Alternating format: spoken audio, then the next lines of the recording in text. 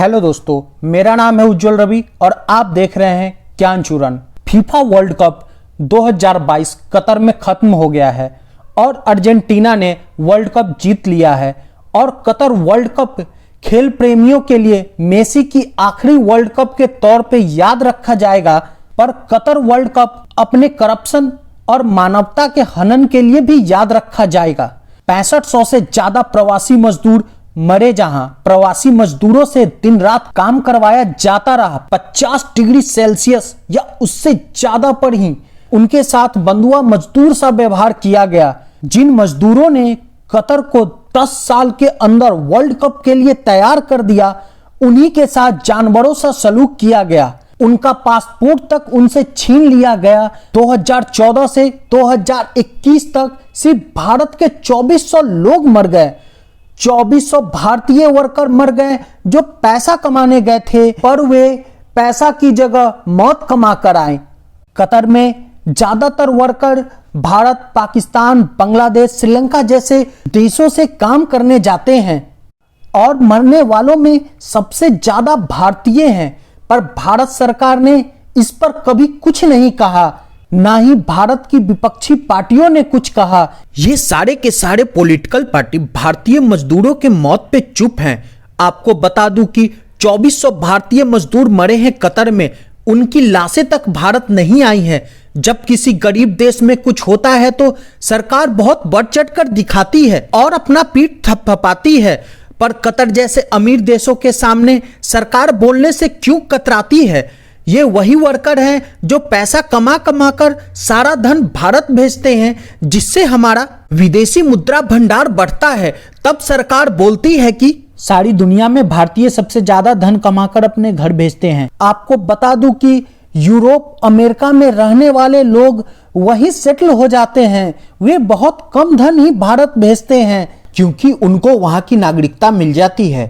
पर middle east में रहने वाले लोग बहुत धन भारत भेजते हैं क्योंकि मिडिल ईस्ट की कोई भी कंट्री अपनी नागरिकता नहीं देती है। सारा का सारा पैसा कमाकर भारत भेज देते हैं। प्रवासी मजदूरों के अलावा अमेरिकन जर्नलिस्ट ग्रांट वाहल के मौत के लिए भी याद रखा जाएगा। ग्रांट वाहल एक खेल पत्रकार थे जो कतर में फीफा वर्ल्ड कप को कवर करने गए थे। उनको कतर में डिटेन किया गया था रेनबो के साइन बने टी शर्ट पहनने के लिए।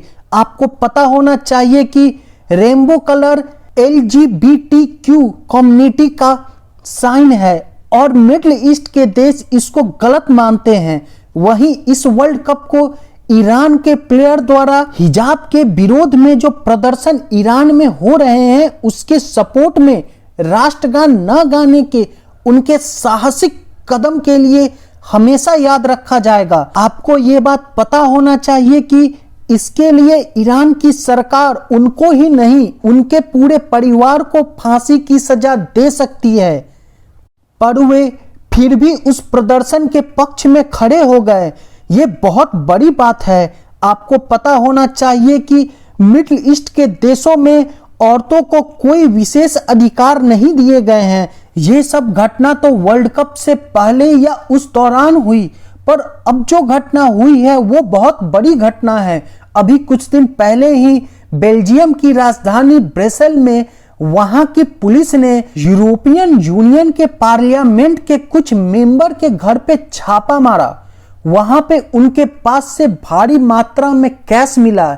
ये पैसा इनको कतर ने दिया था कि वे लोग यूरोपियन यूनियन के पार्लियामेंट में कतर के पक्ष में माहौल बनाएं और दुनिया को बताएं कि कतर कितना अच्छा है, उसने कितनों को रोजगार दिया है, वो कितने प्रवासियों को काम करने का मौका दे रहा है।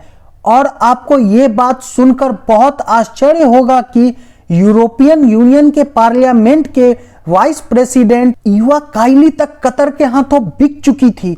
ईवा काइली के अलावा 3 और मेंबर को पुलिस ने इस करप्शन के लिए गिरफ्तार किया है। कतर से इनको पैसे के अलावा महंगे gift, luxury holiday, FIFA world cup का लग्जरी पास और बहुत कुछ मिला है। आपको बता दूं कि कतर ने सिर्फ यूरोपियन यूनियन के पार्लियामेंट के मेंबर को घूस नहीं दी, उसने अपनी तरफ से बोलने के लिए ब्रिटिश पार्लियामेंट के भी कुछ मेंबर को घूस दिया। इस घटना के बाद ऐसा भी हो सकता है कि यूरोपियन यूनियन कुछ छोटे मोटे प्रतिबंध कतर पे लगा दे, पर इसके भी चांस बहुत कम हैं, क्योंकि यूरोपियन यूनियन की सबसे बड़ी इकोनॉमी जर्मनी कतर से गैस लेना चाहती है। जब से यूरोपियन यूनियन वाले रसिया पे प्रतिबंध लगाए हैं, तब से उनके वहां महंगाई बहुत ज्यादा बढ़ गई है, जनता उनकी सड़कों पे है। ऐसे भी वेस्टर्न वर्ल्ड के लोग बहुत सेल्फिश होते हैं, वे आपको तो ज्ञान देंगे पर वह वही करेंगे जिससे उनको फायदा होगा और पकड़े जाने पर मुकर जाएंगे। और कतर ये सब यूरोपियन यूनियन को गैस बेचने और अपने आप को टूरिज्म और बिजनेस का हब बनाने के लिए सब कुछ कर रहा है। जैसे आज सिंगापुर और दुबई है, कतर भी वैसा ही बनना चाहता है। थैंक यू दोस्तों, please like share and subscribe.